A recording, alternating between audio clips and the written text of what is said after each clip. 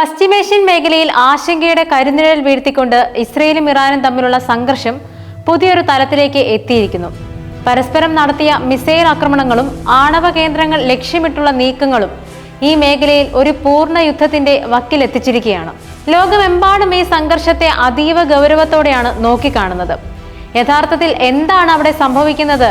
ഈ സംഘർഷത്തിന്റെ വേരുകൾ എവിടെയാണ്? എന്തൊക്കെയാണ് ഇതിന്റെ പ്രത്യാഘാതങ്ങളെന്ന് വിശദമായി പരിശോധിക്കേണ്ടിയിരിക്കുന്നു. ഇസ്രയേലിന്റെയും ഇറാന്റെ ആണവ നിലയങ്ങൾ ലക്ഷ്യമിട്ടുള്ള ആക്രമണങ്ങളാണ് ഈ സംഘർഷം രൂക്ഷമാകുന്നതിൽ മുഖ്യ പങ്ക് വഹിച്ചത്.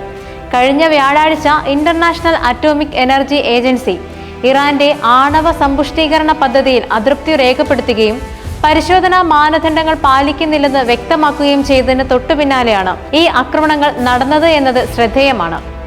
ഏകദേശം 60% ആണവ സമ്പുഷ്ടീകരണം ഇറാൻ നടത്തിയെന്നതിന്റെ പേരിലാണ് ഇന്റർനാഷണൽ അറ്റോമിക് എനർജി ഏജൻസി ഈ ആശങ്ക അറിയിച്ചത്.